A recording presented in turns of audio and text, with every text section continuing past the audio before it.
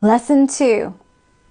I have given everything I see in this room, on this street, from this window, in this place, all the meaning that it has for me. The exercises with this idea are the same as those for the first one. Begin with the things that are near you and apply the idea to whatever your glance rests on. Then increase the range outward.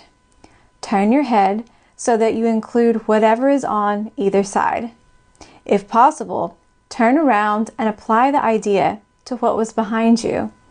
Remain as indiscriminate as possible in selecting subjects for its application. Do not concentrate on anything in particular, and do not attempt to include everything you see in a given area, or you will introduce strain. Merely glance easily and fairly quickly around you, trying to avoid selection by size, brightness, color, material, or relative importance to you. Take the subjects simply as you see them. Try to apply the exercise with equal ease to a body or a button, a fly or a floor, an arm or an apple. The sole criterion for applying the idea to anything is merely that your eyes have lighted on it. Make no attempt to include anything particular, but be sure that nothing is specifically excluded. Everything we see, everything that we experience is filtered through the lens of our own mind, of our own thinking. We are constantly assigning meaning to everything, even if we don't realize it. This lesson is teaching us that we are responsible for how we interpret something. We are responsible for the meaning we ascribe to anything. We are responsible for our perception, how we're seeing something, a situation. We are responsible for our thoughts, our thinking, which leads to our beliefs, which leads to our experience. We are at choice.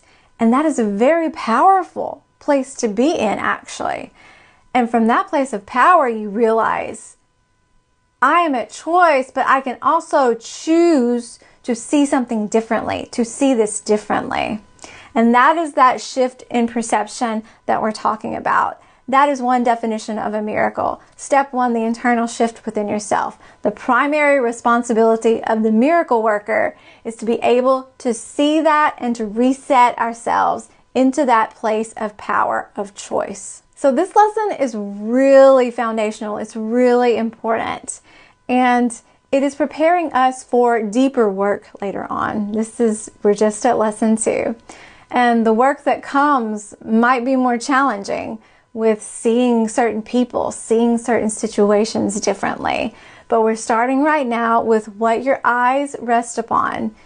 Don't particularly search out for something, and don't particularly exclude anything. Just trust the process. Just take it one step at a time. Okay, miracle workers, that's our practice for today. Slow down, be present, and look with fresh eyes on any and everything. Let the holiness, the loving nature, the divinity, the possibility of any and everything reveal itself to you. We don't give it a chance to. We impose our meaning upon it, and it can't be anything different. So this is allowing that to unfold, to be revealed to you by letting it be neutral first and then seeing it through the eyes of love. You are building the foundation for seeing the world, yourself, your friends, your relationships, everything from a totally different perspective.